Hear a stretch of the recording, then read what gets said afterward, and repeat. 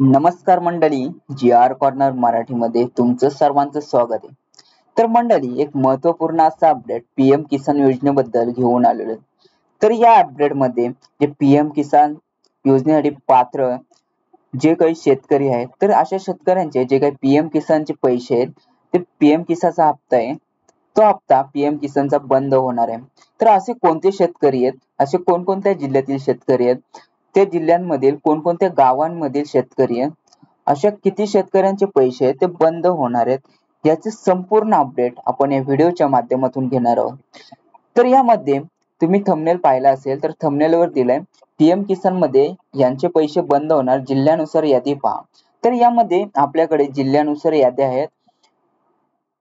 तर पैसे बंद होण्याचं कारण असे की ज्यांनी प्रत्येकाने ऍग्री स्टॅकवर रजिस्ट्रेशन करणं जरुरी आहे, परंतु ऍग्री स्टॅकवर बहुतेक लोकांनी रजिस्ट्रेशन केलेलं नाही. याच कारणामुळे जे काही पीएम किसान योजनेसाठी पात्र आहेत, शेतकरी जे पात्र आहेत, तर अशा शेतकरी पात्र शेतकऱ्यांनी जे काही ऍग्री स्टॅकला रजिस्ट्रेशन केलं नाही, या कारणामुळे ते शेतकरी पीएम किसान योजनेसाठी बाद होतील.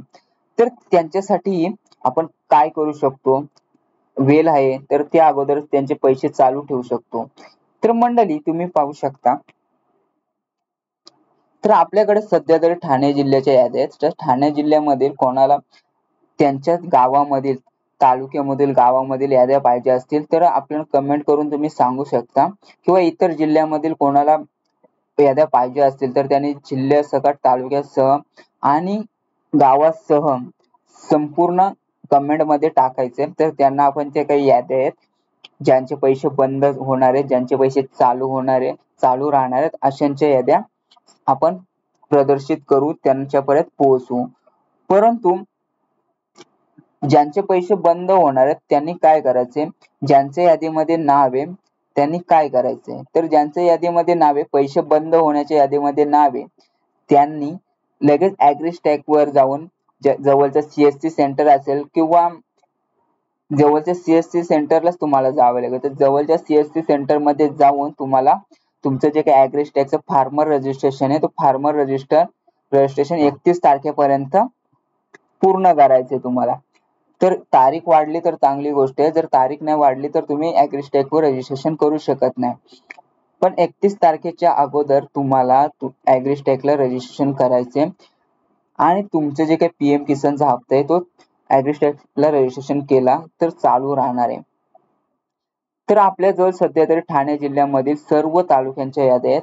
इतर जिल्ह्यामधल्या याद्या कोणाला पाहिजे असतील तर तुम्ही कमेंट मध्ये सांगू शकता. तुम्ही आम्हाला कमेंट मध्ये तुम्ही सांगितल्यानंतर आम्ही तुम्हाला कमेंटच्याच माध्यमातून लिंक आहे, ती लिंक तुम्हाला प्रोव्हाइड करू, किंवा इतर काही सोर्स जर लिंक याच्यासाठी जास्त जर असेल तर त्याच्यासाठी आम्ही काहीतरी तुम्हाला एक पोस्ट मध्ये तुम्हाला टाकून देऊ. पण त्यासाठी तुम्ही कमेंट करायचं आणि कमेंट मध्ये सांगितलं त्या जिल्ह्याची, ज्या गावाची संपूर्ण यादी आम्ही तुम्हाला प्रदर्शित करू.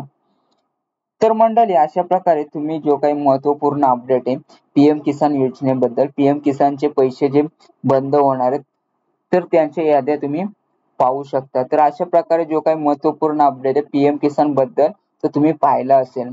तर मंडळी, व्हिडिओ आवडला असेल तर व्हिडिओला लाईक करा, शेअर करा आणि कमेंट करायला विसरू नका. अशाच प्रकारच्या आपण महत्वपूर्ण योजनांच्या रिलेटेड, लाडकी बहीण योजना असेल किंवा लाडकी बहीण कर्ज योजना असेल किंवा पीएम किसान योजना असेल किंवा इतर योजना असतील, त्यांचे महत्वपूर्ण अपडेट्स आपण आपल्या चॅनलवर घेऊन असतो.